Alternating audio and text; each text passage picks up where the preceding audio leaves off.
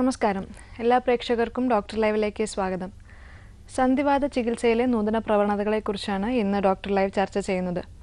ഇന്ന് ഈ വിഷയത്തെക്കുറിച്ച് നമ്മളോട് സംസാരിക്കുന്നത് കോഴിക്കോട് ഈസ്റ്റർ മിംസ് ഹോസ്പിറ്റലിലെ റുമറ്റോളജി വിഭാഗം മേധാവിയും സീനിയർ കൺസൾട്ടൻറ്റുമായ ഡോക്ടർ രമേഷ് ഭാസി. നമസ്കാരം ഡോക്ടർ. ഡോക്ടർ ലൈവിലേക്ക് സ്വാഗതം. Doctor, October 12 world rheumatoid day ആണ്. എന്താണ് ഡോക്ടർക്ക് റുമറ്റോളജിസ്റ്റ് എന്ന രീതിയിൽ സന്ദേശം നൽകാനുള്ളത്? 1996 മുതലാണ് നമ്മൾ ഒക്ടോബർ 12 ലോക ആർത്രൈറ്റിസ് ദിനമായി വേൾഡ് ആർത്രൈറ്റിസ് ഡേ ആയിട്ട് ആചരിക്കുന്നത്.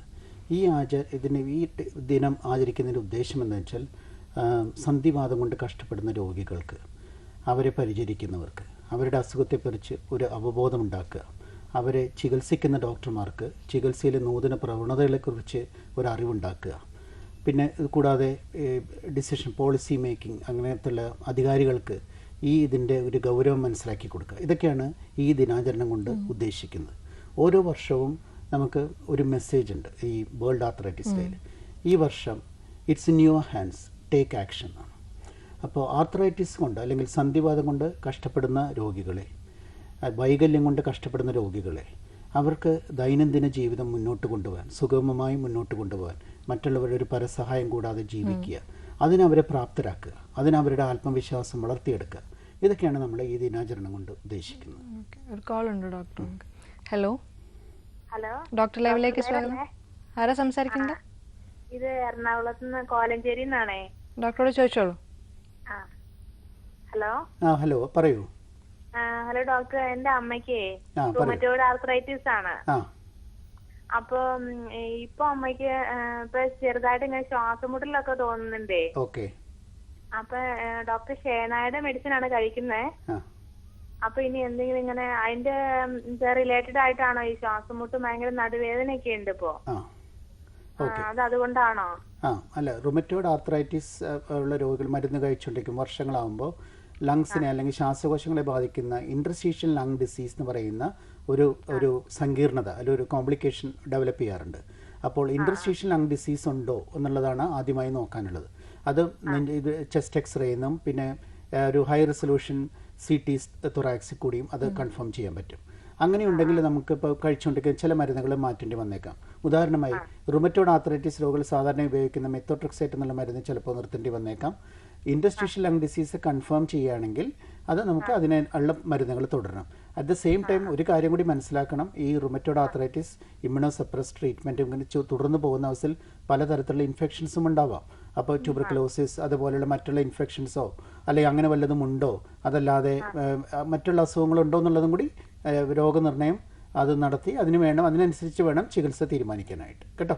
ഈ ട്യൂബർകുലോസിന്റെ റിലേറ്റഡ് ആയിട്ട് വരാൻ സാധ്യതയുണ്ടോ? ഉണ്ട്. കാരണം നമ്മൾ ഇതിനകത്തുള്ള പ്രതിരോധ വ്യവസ്ഥയെ കുറച്ച് നിർത്തുന്ന മരുന്നുകളാണ് പലപ്പോഴും ഉപയോഗിക്കുക. ഇതിനകത്തുള്ള ഉപയോഗിക്കുന്ന മരുന്നുകൾ മെത്തോട്രെക്സേറ്റ്, സ്റ്റീറോയിഡ്, ചില സമയത്ത് സ്റ്റീറോയിഡ് പോലുള്ള മരുന്നുകൾ ഉപയോഗിക്കാം. അപ്പോൾ ഇങ്ങനത്തെയുള്ള ഇൻഫെക്ഷൻ, മറ്റുള്ള അണുബാധകൾ വരാനുള്ള സാധ്യത കൂടുതലാണ്. അപ്പോൾ ട്യൂബർകുലോസിസ് വരാനുള്ള റിസ്ക് കൂടുതലാണ്. അപ്പോൾ അത് എന്തായാലും അത് നോക്കേണ്ടത് ആവശ്യമാണ്. കേട്ടോ? വിളിച്ചതിന് നന്ദി ഡോക്ടർ. മറ്റൊരു കോളും കൂടി ഉണ്ട്. ഹലോ. ഹലോ, ഡോക്ടർ ലൈവിലേക്ക് സ്വാഗതം. ആരാ സംസാരിക്കുന്നത്? ലീല നെട്ടയത്തുനിന്ന്. ഡോക്ടറോട് ചോദിച്ചോളൂ. ഹലോ. ഹലോ, പറയൂ. നമസ്കാരം. നമസ്കാരം. വലത് കൈക്ക് 2-3 ദിവസം ഒരാഴ്ച കൊണ്ട് നല്ല വേദനയുണ്ട്. തോള് മുതല് ഇങ്ങനെ ഒരു വലത് കൈ മാത്രം. കഴുത്തിന് വേദനയുണ്ടോ? എന്താ? കഴുത്തിന് വേദനയുണ്ടോ? ഉണ്ട്. കഴുത്തിന് വേദനയുണ്ട് അല്ലേ? അപ്പോൾ എത്ര വയസ്സാണ് നിങ്ങൾക്ക്? 67. ഓക്കെ. മോസ്റ്റ് പ്രോബ്ലി നമുക്ക് പ്രായത്തിനോട് ബന്ധപ്പെട്ടുള്ള കഴുത്തിലെ കശേരുക്കളുടെ തേയ്മാനം, സെർവിക്കൽ സ്പോണ്ടിലൈറ്റിസ് എന്ന് പറയും. അതിനോട് ബന്ധപ്പെട്ട് കഴുത്തിലെ കശേരുക്കൾക്ക് തേയ്മാനം വരുമ്പോൾ കയ്യിലേക്ക് വരുന്ന ഞരമ്പുകൾ കുടുങ്ങുന്ന ഒരു പ്രവണത വരും. സ്പോണ്ടിലോസിസ് വിത്ത് റാഡിക്കുലോപ്പതി എന്നും അങ്ങനെയുള്ള പല കാരണങ്ങൾ, പിന്നെ സെർവൈക്കോ ബ്രൈക്കൽ ന്യൂറാൾജിയ, ഇങ്ങനെ പറയുന്ന 1-2 കാര്യങ്ങൾ കൊണ്ട് ഈ പ്രശ്നമുണ്ടാവാം. അപ്പോൾ നമുക്ക് വേണ്ടത് കഴുത്തിൻ്റെ ഒരു എക്സ്റേ എടുത്ത് നോക്കുക, അതിനകത്തെ കശേരുക്കൾക്ക് തേയ്മാനം ഉണ്ടോ എന്ന് കൺഫേം ചെയ്യുക. പിന്നെ അതിനുശേഷം ഒരു നെർവ് കണ്ടക്ഷൻ സ്റ്റഡി, ഞരമ്പുകളുടെ ഒരു ടെസ്റ്റും കൂടി ചെയ്ത് കഴിഞ്ഞാൽ ഈ രോഗനിർണയം ഏതാണ്ട് നമുക്ക് ഉറപ്പിക്കാൻ പറ്റും. തുടർന്ന് ആവശ്യമുണ്ടെങ്കിൽ മാത്രം നമുക്ക് ഒരു MRI സ്കാൻ, കഴുത്തിൻ്റെ MRI സ്കാനും കൂടി എടുത്തു കഴിഞ്ഞാൽ എന്തായാലും അത് രോഗനിർണയം ഉറപ്പിക്കാൻ പറ്റും. അതിനനുസരിച്ചാണ് ചികിത്സ തീരുമാനിക്കുക. കേട്ടോ? ഓക്കെ. വിളിച്ചതിന് നന്ദി ഡോക്ടർ. ഒരു കോളും കൂടി ഉണ്ട്. ഹലോ. ഡോക്ടർ ലൈവിലേക്ക് സ്വാഗതം. ആരാ സംസാരിക്കുന്നത്? ഞാൻ മലപ്പുറം ജില്ലയിലെ തിരൂരിലെ വൈരത്തൂരിൽ ഹനീഫ എന്ന് പറഞ്ഞാണ്. ഡോക്ടറോട് ചോദിച്ചോളൂ ഹനീഫ. പറഞ്ഞോളൂ. Good afternoon. എന്റെ കയ്യിന്റെ ഈ മുട്ടിന്, കയ്യിന്റെ ഇടത്തി കയ്യിന്റെ മുട്ടിനും അതിന്റെ തോളലിനും ഭയങ്കര വേദനയാണ്. പിന്നെ കുറെ ദിവസം മുമ്പ് ഇതുണ്ടായിരുന്നു, യൂറിക് ആസിഡ്. അപ്പൊ അന്ന് ഇതേപോലെ രാവിലെ ഉറക്കത്തിലൊക്കെ എണീക്കുമ്പോഴേ കുറെ സമയം കാല് നിലത്ത് വെക്കാൻ അത്ര ഭയങ്കര വേദനയാണ്. കുറച്ച് സമയം നടക്കുമ്പോഴാണ്. പിന്നെ യൂറിക് ആസിഡിന്റെ അളവ് എത്രയായിരുന്നു? അന്ന് എനിക്ക് വ്യക്തമായിട്ട് ഓർമ്മയില്ല. അത് പക്ഷേ യൂറിക് ആസിഡിന്റെ അളവ് കൂടുതലാണെന്ന് പറഞ്ഞ് മരുന്ന് കഴിച്ചുകൊണ്ടിരിക്കുകയായിരുന്നു അല്ലേ? ഇല്ല, മരുന്ന് കഴിച്ചിട്ടില്ല. അതിന് ഭക്ഷണ നിയന്ത്രണത്തിൽ നമ്മള് കടലകൾ അങ്ങനത്തെ പയറുവർഗ്ഗങ്ങൾ അങ്ങനെ ഒഴിവാക്കി അവർ പറഞ്ഞു തന്നപ്പോ അതൊക്കെ നിയന്ത്രിച്ചപ്പോ കുറച്ച് കുറഞ്ഞു. അപ്പൊ നിങ്ങളുടെ ഇപ്പൊ ഈ പറഞ്ഞ രോഗലക്ഷണങ്ങൾ അത് യൂറിക് ആസിഡിനോട് ബന്ധപ്പെട്ടതാണെന്നുള്ളൊരു ധാരണയുണ്ടെങ്കിൽ അത് ആദ്യം ഈ പറഞ്ഞ പോലെ ആദ്യത്തെ ഒരു ഘട്ടത്തിൽ നമ്മൾ ഭക്ഷണ നിയന്ത്രണം കൊണ്ട് നിയന്ത്രിക്കാൻ പറ്റുമെന്ന് നോക്കുക. തുടർന്ന് ഭക്ഷണ നിയന്ത്രണം അത് വേണ്ട വിധത്തിൽ അത് വളരെ ഇതായിട്ട് ഫലപ്രദമായി നടപ്പിലാക്കിയിട്ടും യൂറിക് ആസിഡിൻ്റെ അളവ് കുറഞ്ഞിട്ടില്ലെങ്കിൽ യൂറിക് ആസിഡ് കുറച്ച് നിർത്താനുള്ള പ്രത്യേക മരുന്നുകൾ ഉപയോഗിക്കേണ്ടി വന്നേക്കാം. അപ്പോൾ ഭക്ഷണ നിയന്ത്രണം പ്രധാനപ്പെട്ട ഒരു കാര്യം തന്നെയാണ്. റെഡ് മീറ്റ്, അതായത് മട്ടൺ, ബീഫ് അങ്ങനത്തെയുള്ള ഭക്ഷണങ്ങളും പിന്നെ പരിപ്പ്, പയറുവർഗ്ഗങ്ങൾ, അതൊക്കെ നിങ്ങൾ പറഞ്ഞു വന്ന പോലെ ആ ഭക്ഷണ രീതിയിൽ ഒരു കർശനമായ നിബന്ധനകൾ വേണം. എന്നിട്ടും യൂറിക് ആസിഡിൻ്റെ അളവ് ഒരു 7 താഴെ അല്ലെങ്കിൽ 7 മുകളിൽ നിൽക്കുകയാണെങ്കിൽ നമുക്ക് ചിലപ്പോൾ മരുന്നുകൾ ഉപയോഗിക്കേണ്ടി വന്നേക്കാം. ഇപ്പോൾ യൂറിക് ആസിഡിൻ്റെ അളവ് കുറച്ച് നിർത്താൻ വളരെ ഫലപ്രദമായ മരുന്നുകൾ നമുക്ക് അവൈലബിൾ ആണ്. അലോപിരിനോൾ, ഫെബുക്സോസ്റ്റാറ്റ് തുടങ്ങിയ മരുന്നുകൾ ഉപയോഗിച്ച് യൂറിക് ആസിഡ് ഫലപ്രദമായി നിയന്ത്രിച്ച് നിർത്താം. പക്ഷെ ഒരു കാര്യം മനസ്സിലാക്കേണ്ടത്, ഈ കൂടി നിൽക്കുന്ന യൂറിക് ആസിഡിന് വേണ്ടി മരുന്ന് കഴിക്കുമ്പോൾ അത് തുടർന്ന് കഴിക്കണം. യൂറിക് ആസിഡിൻ്റെ അളവ് ഇപ്പോൾ 7 നിന്ന് ഉടനെ 3 ഉടനെ അസുഖമെല്ലാം മാറി മരുന്ന് നിർത്താം എന്നുള്ളൊരു ധാരണ അത് തെറ്റാണ്. അതുകൊണ്ട് തുടർന്ന് കഴിക്കണം കേട്ടോ. ഉണ്ടാവും. യൂറിക് ആസിഡ് കൂടുമ്പോൾ അതിന് പറയുന്ന യൂറിക് ആസിഡ് കൂടുമ്പോൾ യൂറേറ്റ് പരലുകൾ ജോയിന്റിൽ നിക്ഷിപ്തമാവുന്ന ഒരു അസുഖമാണ് ഗൗട്ട് എന്ന് പറയുന്നത്. സാധാരണഗതിയിൽ നമുക്ക് കാലിലെ പെരുവിരലുകളെയാണ് ഇത് സാധാരണമായി ബാധിക്കുന്നത്. കൂടാതെ മറ്റ് സന്ധികളെയും ബാധിച്ചേക്കാം. പക്ഷേ പ്രധാനമായും കാലിലെ പെരുവിരലുകളെയാണ് കൂടുതലും ബാധിക്കുന്നത്. ഡോക്ടർ, ഈ ആർത്രൈറ്റിസ് സന്ധിവാതത്തിന്റെ ചികിത്സ ഈ രോഗം കൂടാതെ ഇരിക്കാൻ കൺട്രോൾ ചെയ്യാണോ അതോ പൂർണ്ണമായി മാറ്റാൻ കഴിയുന്ന ഒന്നാണ്? ഇതിലിപ്പോൾ പലപ്പോഴും നമുക്ക് ഈ ആധുനിക ചികിത്സ ശരിക്കും ഇത് വളരെയധികം മുന്നോട്ട് പോയിട്ടുണ്ട്. പ്രത്യേകിച്ച് ഒരു 10-15 വർഷം, കഴിഞ്ഞ 10-15 വർഷം വളരെയധികം അത്ഭുതകരമായൊരു മുന്നേറ്റമാണ് ചികിത്സയിലും രോഗനിർണയത്തിലും ഒക്കെ ഉണ്ടായിരിക്കുന്നത്. അപ്പോൾ നമുക്ക് പണ്ട് പലപ്പോഴും മാറില്ല എന്ന് കരുതിയിരുന്ന പല അസുഖങ്ങളും നമുക്ക് ഇപ്പോൾ വളരെ ഇഫക്റ്റീവായിട്ട് നിയന്ത്രിച്ച് നിർത്തി ഒരു രോഗിക്ക് സാധാരണ ജീവിതവും, അതായത് ഇപ്പോൾ ഏത് ജോലിയാണ് എടുക്കുന്നത് അത് തുടർന്ന് കൊണ്ടുപോകാവുന്ന ഒരു അവസ്ഥയിലേക്ക് നമുക്ക് എത്തിയിട്ടുണ്ട്. അതിലേറ്റവും വിപ്ലവകരമായ മാറ്റം എന്ന് പറയാൻ നമുക്ക് ഒരു അസുഖത്തെക്കുറിച്ചുള്ള നമ്മുടെ ഒരു അവബോധം, അതായത് എങ്ങനെ ഈ അസുഖം ഉണ്ടാവുന്നു. നമുക്കറിയാം ഈ ഓട്ടോ ഇമ്മ്യൂൺ അസുഖങ്ങൾ നമ്മുടെ ശരീരത്തിലെ പ്രതിരോധ വ്യവസ്ഥയിലുള്ള താളപ്പിഴകളാണ് പലപ്പോഴും ഈ അസുഖം ഉണ്ടാക്കുന്നത്. പക്ഷേ അതിൻ്റെ മൂലകാരണം കണ്ടെത്തുന്നതാണ് നമുക്ക് ഇതിനകത്ത് വിജയിച്ചിരിക്കുന്നത്. അപ്പോൾ ഇതിൽ രാസസന്ദേശവാഹകരായിട്ടുള്ള സൈറ്റോകീൻസ് എന്ന് പറയുന്ന അങ്ങനത്തെ ഒരു മോളിക്യൂൾസ് ആണ് ഈ നമ്മുടെ ഇൻഫ്ലമേഷൻ അല്ലെങ്കിൽ നീർക്കെട്ടിനെ അങ്ങനത്തെ ഒരു പ്രോസസ്സ് ഇതിനെ പ്രക്രിയ ഉണ്ടാക്കുന്നതെന്നുള്ള ആ കണ്ടുപിടുത്തം വന്നതോടുകൂടി വളരെ വിപ്ലവകരമായ മുന്നേറ്റങ്ങളാണ് ഉണ്ടായിരിക്കുന്നത്. അപ്പോൾ എങ്ങനെയാണെന്ന് വെച്ചാൽ ഈ രാസസന്ദേശവാഹകർ എവിടെയാണ് ഒരു റിസപ്റ്ററിലാണ് അത് പോയിട്ട് ആക്ട് ചെയ്യുന്നത്. ആ റിസപ്റ്ററിനെ ബ്ലോക്ക് ചെയ്യണമെങ്കിൽ നമുക്ക് ഇങ്ങനത്തെയുള്ള നീർക്കെട്ടുകളും ഇൻഫ്ലമേഷനും വളരെ ഫലപ്രദമായി നിയന്ത്രിച്ച് നിർത്താമെന്ന് ഗവേഷണങ്ങൾ കാണിച്ചിട്ടുണ്ട്. അപ്പോൾ ആ ഗ്രൂപ്പ് മരുന്നുകളാണ് ബയോളജിക്സ് എന്ന് പറയുന്ന ഒരു വിഭാഗത്തിൽപ്പെടുന്നത്. ഈ ബയോളജിക്സ് എന്ന് പറയുന്ന ഗ്രൂപ്പുകൾ, ആ മരുന്നുകളുടെ ഉപയോഗത്തോടുകൂടി റുമറ്റോയ്ഡ് ആർത്രൈറ്റിസ്, SLE, അങ്ങനെയുള്ള ആങ്ക്ലോസിംഗ് സ്പോണ്ടിലൈറ്റിസ് ഇങ്ങനത്തെയുള്ള അസുഖങ്ങളെല്ലാം വളരെ ഫലപ്രദമായി നിയന്ത്രിച്ച് നിർത്താം എന്ന് കണ്ടിട്ടുണ്ട്. അപ്പോൾ അതാണ് ഞാൻ വളരെ ഒരു വിപ്ലവകരമായ മാറ്റം എന്ന് പറഞ്ഞ് ഉദ്ദേശിച്ചത്. ഓക്കെ, ഹലോ, ഡോക്ടർ ലൈവിലേക്ക് സ്വാഗതം. ആരാ സംസാരിക്കുന്നത്? ജോൺസൺ, തൃശ്ശൂർ. ഡോക്ടറോട് ചോദിച്ചോളൂ. ചോദിക്കൂ ജോൺസൺ.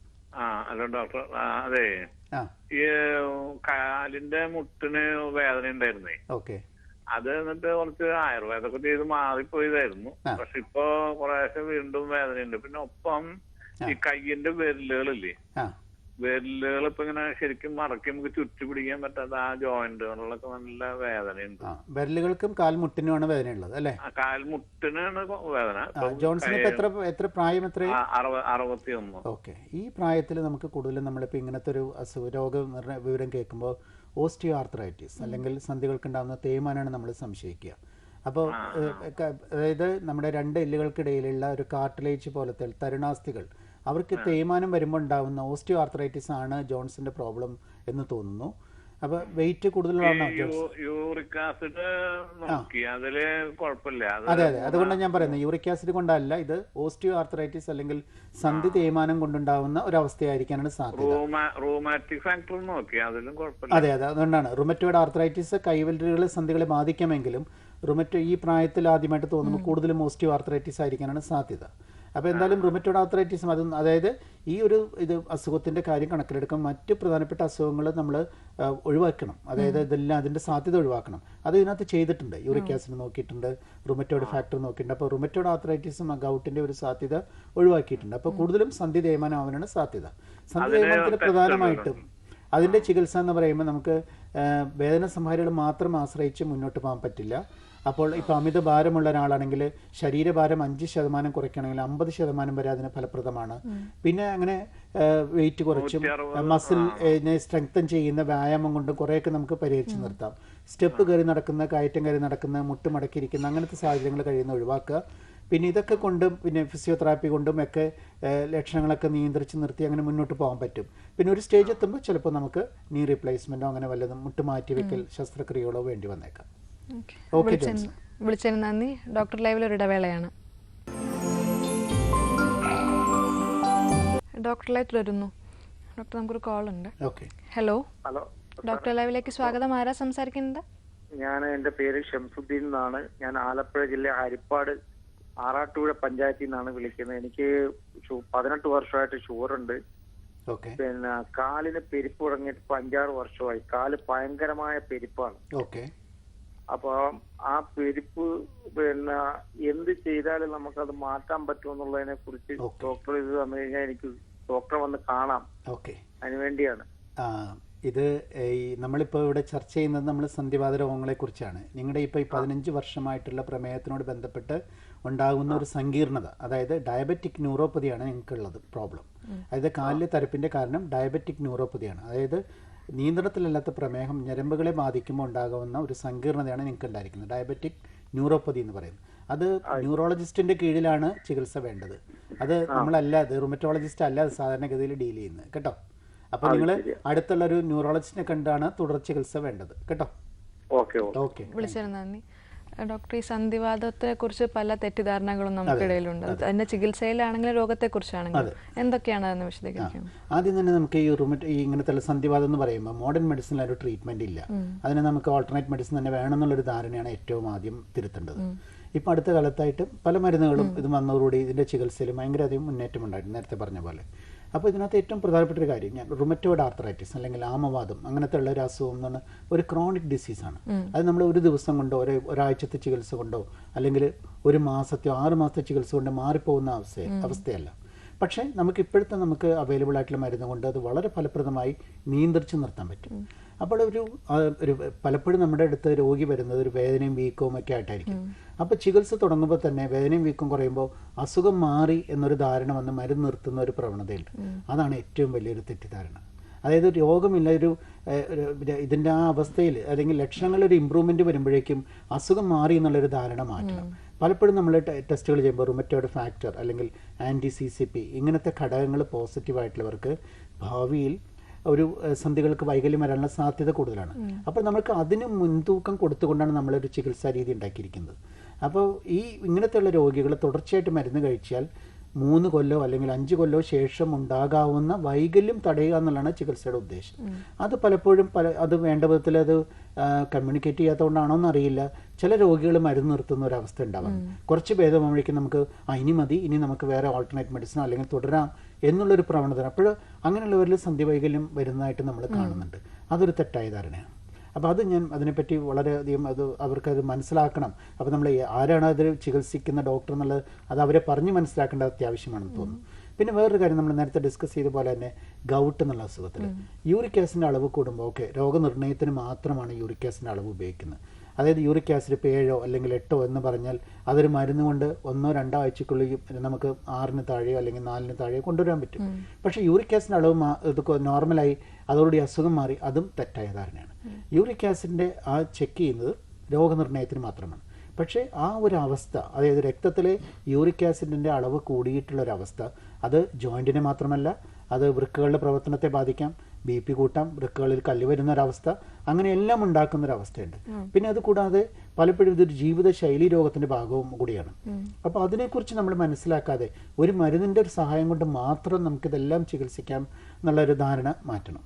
പിന്നെ അടുത്ത കാലത്തായിട്ട് നമ്മൾ പലപ്പോഴും കാണുന്നത് ഹലോ ഹലോ ഹലോ, ഡോക്ടർ ലൈവിലേക്ക് സ്വാഗതം. ആരാ സംസാരിക്കുന്നത്? ലില്ലിയാണ്, കാസർഗോഡ് നിന്ന്. ഡോക്ടറോട് ചോദിച്ചോളൂ. ഡോക്ടർ, എനിക്ക് റുമാറ്റിസ് ആർത്രൈറ്റിസ് ആണ്. അതിന് മരുന്ന് കഴിക്കുന്നുണ്ട്. ഇപ്പോൾ പ്രയാസം എന്ന് പറഞ്ഞാൽ വിരലിന്, കാലിന്റെ വിരലുകൾക്കും കൈയുടെ വിരലുകൾക്കും തരിപ്പ്, വേദന, പിന്നെ കാലിന്റെ മൊത്തം ഭാഗത്ത് മുളകരച്ച് തേക്കുന്ന പോലത്തെയുള്ള പുകച്ചില് സഹിക്കാൻ പറ്റത്തില്ല. നമ്മൾ തുണി നനച്ചിട്ടാലും 5 മിനിറ്റ് കൂടി നമ്മളിങ്ങനെ തുണി നനച്ചിട്ടാലും നമുക്ക് ആ പുകച്ചില് മാറി കിട്ടുന്നില്ല. പ്രമേഹമുണ്ടോ നിങ്ങൾക്ക്? ഇല്ല, പ്രമേഹം, പ്രഷർ ഒന്നുമില്ല. ESR വർദ്ധിക്കുന്നായിരുന്നു.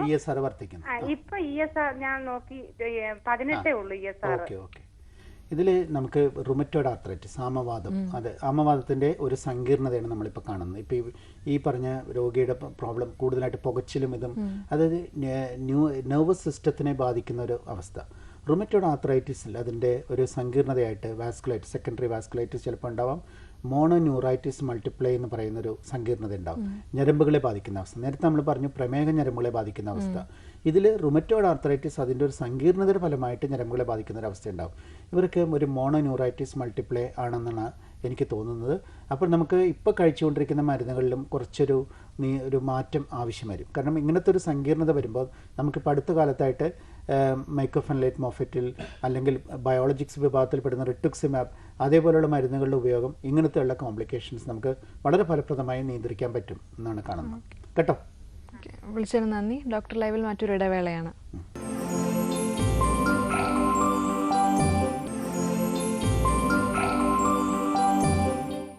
ഡോക്ടർ ലൈവ് തുടരുന്നു. ഡോക്ടർ, ഈ സന്ധിവാതം മരുന്നുകൾ കൊണ്ടാണ് കൺട്രോൾ ചെയ്ത് വെക്കുന്നതെന്ന് പറഞ്ഞു. ഇപ്പോൾ ലഭ്യമായിട്ടുള്ള മരുന്നുകളെ കുറിച്ചൊന്ന് വിശദീകരിക്കും. ഇപ്പോൾ നമ്മൾ വളരെ ഇതിനകത്ത് ഉപയോഗിക്കുന്ന ഒരു മരുന്നുകൾ ഡിസീസ് മോഡിഫയിങ് റുമാറ്റിക് ഡ്രഗ്സ്, അങ്ങനത്തെ ഉള്ള ഡിമാർട്സ് എന്നുള്ള ഗ്രൂപ്പിൽ പെടുന്ന, അതായത് അസുഖത്തിൻ്റെ ഗതിയെ നിയന്ത്രിച്ച് നിർത്തുന്ന മരുന്നുകളാണ് നമ്മളിപ്പോൾ ഉപയോഗിക്കുന്നത്. മെത്തോട്രിക്സേറ്റ്, ലെഫ്ലോണമൈഡ്, ഹൈഡ്രോക്സിക്ലോറോക്വിൻ, സൾഫസലസിൻ, ആ ഗ്രൂപ്പിൽ പെടുന്ന മരുന്നുകളാണ് ഇപ്പോൾ ഉപയോഗിക്കുന്നത്. ഇത് കൂടാണ്ട് സ്റ്റീറോയിഡ് മരുന്നുകളും വേദനസമരങ്ങളും ചിലപ്പോൾ ഉപയോഗിക്കേണ്ടി വന്നേക്കാം. പക്ഷേ ഈ ബയോളജിക്സ് എന്ന് പറയുന്ന ഒരു മരുന്നാണ് ഇതിനകത്ത് വളരെയധികം മാറ്റങ്ങൾ ഉണ്ടാക്കുന്നത്. ഈ ബയോളജിക്സ് ഈ സൈറ്റോകീൻസ്, അതിന് അങ്ങനത്തെയുള്ള TNF ബ്ലോക്കേഴ്സ് അല്ലെങ്കിൽ ഇൻ്റർലൂക്കിൻ ബ്ലോക്കേഴ്സ്, ബി-സെൽ ഡെപ്ലിറ്റേഴ്സ്, ഇങ്ങനെ പല ഗ്രൂപ്പിൽ പെടുന്ന ബയോളജിക്സ് മരുന്നുകൾ അവൈലബിൾ ആണ്. പക്ഷേ ഇതിൻ്റെ ഏറ്റവും വലിയ പ്രശ്നം എന്ന് പറഞ്ഞാൽ ഭയങ്കര വില പിടിച്ച മരുന്നുകളാണ്. ഇപ്പോൾ നമ്മൾ പലപ്പോഴും മുമ്പ് ഇറക്കുമതി ചെയ്യുന്ന മരുന്നുകളായിരുന്നു. ഇപ്പോൾ പലപ്പോഴും ഇന്ത്യയിലത് പല കമ്പനികളും ഉണ്ടാക്കാൻ തുടങ്ങിയിട്ടുണ്ട്. കുറച്ച് വില കുറഞ്ഞൊക്കെ അവൈലബിൾ ആയി തുടങ്ങി. എന്നിരുന്നാൽ പോലും ഒരു സാധാരണക്കാരന് താങ്ങാൻ പറ്റാത്ത മരുന്ന്, ഇതിൻ്റെ ചിലവ് താങ്ങാൻ പറ്റില്ല. ഉദാഹരണമായിട്ട് ഒരു TNF ബ്ലോക്കർക്ക് ഒരു മരുന്നിന് ആഴ്ചയ്ക്ക് എടുക്കുന്ന ഇഞ്ചക്ഷന് 7000 രൂപയാണ് ഒരു വില. പിന്നെ വേറൊരു മരുന്നിനാണെങ്കിൽ 2 ആഴ്ച കൂടുമ്പോൾ ചെയ്യുന്നതിന് 18,000 രൂപയാണ് വില. പിന്നെ മാസത്തിൽ ചെയ്യുന്നൊരു 75,000 രൂപ. ഇത് സാധാരണക്കാർക്ക് താങ്ങാൻ പറ്റില്ല. അപ്പോൾ പക്ഷേ ഇത് വളരെ ഫലപ്രദമാണ് താനും. അപ്പോൾ നമുക്ക് പലപ്പോഴും നമ്മളൊരു വല്ലാത്തൊരു അവസ്ഥയിലാണ്. കാരണം നമുക്ക് അറിയാം, നമുക്ക് ഈ രോഗിക്ക് ഈ മരുന്ന് ഉപയോഗിച്ച് കഴിഞ്ഞാൽ വളരെ ഫലപ്രദമായിരിക്കുമെന്ന് നമുക്ക് തോന്നാം. പക്ഷേ അവർക്ക് താങ്ങാൻ പറ്റാത്തൊരവസ്ഥ വരുന്ന അത് കാണുമ്പോൾ നമുക്ക് ഭയങ്കര ഒരു വിഷമം തന്നെയാണ്. അപ്പോൾ എനിക്ക് തോന്നുന്നു നമ്മൾ പല സംഘടനകളും അല്ലെങ്കിൽ ഗവൺമെൻറ് തന്നെ ഇതിനകത്തേക്ക് ഇടപെടണം. ഇപ്പോൾ ഓങ്കോളജിയിൽ, അതായത് ക്യാൻസർ ചികിത്സാ രംഗത്ത് ഇങ്ങനത്തെയുള്ള മരുന്നുകൾ വളരെ വില കുറഞ്ഞ, അല്ലെങ്കിൽ BPL ഗ്രൂപ്പിൽ പെടുന്നവർക്ക് വളരെ വില കുറഞ്ഞ ലഭ്യമായി തുടങ്ങിയിട്ടുണ്ട്. അതേപോലെ തന്നെ സന്ധിവാത രോഗികളിലും എനിക്ക് തോന്നുന്നു ഗവൺമെൻറ്റിന് അങ്ങനത്തെ ഒരു നയം വരുന്നത് നന്നായിരിക്കും.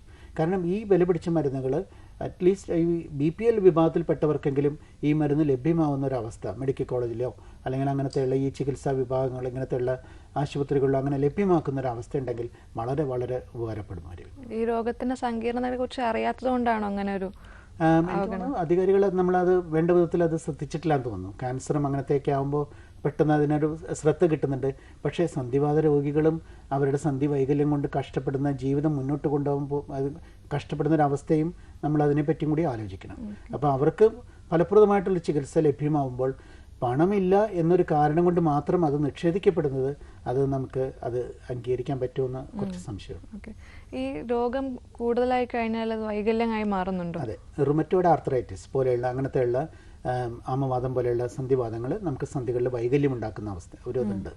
അതിൻ്റെ സങ്കീർണതയാണ്. അതായത് ഈ ഗവേഷണങ്ങൾ കാണിച്ചിട്ടിരിക്കുന്ന അസുഖത്തിൻ്റെ കാഠിന്യം നിയന്ത്രിക്കപ്പെടാതിരിക്കുമ്പോഴാണ് ഈ സങ്കീർണത ഉണ്ടാകുന്നത്. അപ്പോൾ നമുക്ക് തുടക്കത്തിൽ തന്നെ രോഗം നിർണ്ണയിച്ച് അത് വേണ്ട വിധത്തിൽ അതിൻ്റെ കാഠിന്യം നിയന്ത്രിച്ച് നിർത്തുകയാണെങ്കിൽ ഇങ്ങനത്തെ ഒരു അവസ്ഥ ഒഴിവാക്കാം. സന്ധികൾക്ക് വൈകല്യം വരുമ്പോഴാണ് അവർക്ക് പ്രശ്നങ്ങൾ ഉണ്ടാകുന്നത്, അവരുടെ ദൈനംദിന ജീവിതത്തിന് വേറൊരാളെ ആശ്രയിക്കേണ്ടി വരുന്നത്. നേരെ മറിച്ച് തുടക്കത്തിൽ തന്നെ രോഗനിർണ്ണയം നടത്തിക്കഴിഞ്ഞാൽ അത് വേണ്ട വിധത്തിൽ നിയന്ത്രിച്ച് കഴിഞ്ഞാൽ അങ്ങനത്തെ ഒരു സങ്കീർണത ഉണ്ടാവുന്നില്ല. അതാണ് നമുക്ക് അത് രോഗികളിലേക്കും മനസ്സിലാക്കേണ്ട ഒരു അവസ്ഥ. കാരണം അതിൻ്റെ തുടക്കത്തിലുള്ള രോഗനിർണ്ണയം, രോഗത്തിൻ്റെ കാഠിന്യം നിയന്ത്രിച്ച് നിർത്തുക, മരുന്ന് തുടർന്ന് കഴിക്കുക, ആ ഒരു മെസ്സേജാണ് നമുക്ക് അവർക്കും കൊടുക്കാനുള്ളത്. ഈ വൈകല്യങ്ങൾ കൂടുതലായി കഴിഞ്ഞാൽ സർജറി ആണോ ചെയ്യുന്നത്? അതായത് വൈകല്യങ്ങൾ ഒരു പരിധി വരെ നമുക്ക് മരുന്ന് കൊണ്ട് തടയാൻ പറ്റുള്ളൂ. വൈകല്യങ്ങൾ ഉണ്ടായിക്കഴിഞ്ഞാൽ പലപ്പോഴും അതൊരു റിവേഴ്സിബിൾ സ്റ്റേറ്റ്, തിരിച്ചു കൊണ്ടുവരാൻ പറ്റാത്തൊരവസ്ഥയാണ്. അപ്പോൾ നമ്മൾ മരുന്ന് തുടങ്ങിക്കഴിഞ്ഞാലും മറ്റ് സന്ധികളിൽ വൈകല്യം വരുന്നത് തടയാമെന്നല്ലേ, ഓൾറെഡി ഉണ്ടായിരിക്കുന്ന വൈകല്യങ്ങൾ നമുക്ക് തിരിച്ചു കൊണ്ടുവരാൻ പറ്റില്ല. അങ്ങനെയുള്ള വൈകല്യങ്ങൾ സർജറി മാത്രമേ പരിഹാരമുള്ളൂ. അതായത് മുട്ടിൻ്റെ ഇതിനെ കാൽമുട്ട് മാറ്റിവെക്കുക, ഇടുപ്പ് മാറ്റിവെക്കുക, ഈവൻ വിരലുകൾ ഇതിൻ്റെ സന്ധികൾ മാറ്റിവെക്കുന്ന ശസ്ത്രക്രിയ വരെ ഉണ്ട്. അപ്പോൾ അങ്ങനത്തുള്ള ശസ്ത്രക്രിയകളെ ആശ്രയിക്കേണ്ടി വരും. അതൊക്കെ വളരെ വിലപിടിച്ച ചികിത്സാ രീതികളാണ്. അപ്പോൾ എങ്ങനെയുള്ള ലക്ഷണങ്ങൾ കണ്ടുവരുമ്പോഴാണ് ഇങ്ങനെ രോഗാണെന്ന്? നമുക്കിപ്പോൾ പൊതുവേ ഒരു മരുന്ന് കൊണ്ട് ഒരു അസുഖം പരിഹരിക്കാൻ പറ്റില്ല. ഒരു സന്ധി വേദനയാണെങ്കിൽ ഉടനെ ഒരു ഗുളിക കഴിച്ചെല്ലാം പരിഹരിക്കാം എന്നുള്ളൊരു ധാരണ അത് തെറ്റാണ്. സന്ധികളിൽ വേദനയും വീക്കം വരുമ്പോൾ അതിന് അങ്ങനത്തെ ഒരു പനി, ഇടവിട്ടുള്ള പനി, തൊലിപ്പുറത്ത് പാടുകൾ, അങ്ങനെ വരുമ്പോൾ ഒരു വിദഗ്ധ ഡോക്ടറുടെ ഉപദേശം തേടുക. രോഗനിർണയമാണ് ഇതിനകത്ത് ഏറ്റവും പ്രധാനം. എല്ലാ സന്ധിവേദനയും ഒരു അസുഖത്തിൻ്റെ ഭാഗമായിട്ട് അല്ലെങ്കിൽ ഒരു ഗുളിക കഴിച്ചുകൊണ്ട് മാത്രമേ നമുക്ക് മാറ്റാൻ പറ്റില്ല. അപ്പോൾ ഈ സന്ധിവേദന വരുമ്പോൾ അത് എന്തുകൊണ്ടാണ് വന്നത്? ഒരു ഇൻഫ്ലമേറ്ററി പെയിൻ ആണോ, നോൺ ഇൻഫ്ലമേറ്ററി കോസ് ആണോ? അങ്ങനത്തെയുള്ള കൃത്യമായ രോഗനിർണയമാണ് അതിനകത്തൊരു മാറ്റം ഉണ്ടാക്കുക. അപ്പോൾ കൃത്യമായി രോഗം നിർണ്ണയിച്ച് ഏത് തരത്തിൽപ്പെടുന്ന അസുഖമാണ് അതിന് വേണ്ട ചികിത്സ തുടക്കം മുതലേ ചെയ്യുകയാണെങ്കിൽ നമുക്ക് ഇങ്ങനത്തെയുള്ള പ്രശ്നങ്ങൾ ഒഴിവാക്കാൻ പറ്റും. ഡോക്ടറിന് സമയോടെ പൂർണ്ണമായി സന്ധിവാതത്തിൻ്റെയും ഈ ചികിത്സാ രീതികളെയും കുറിച്ച് വിശദീകരിച്ചു തന്നതിന് നന്ദി.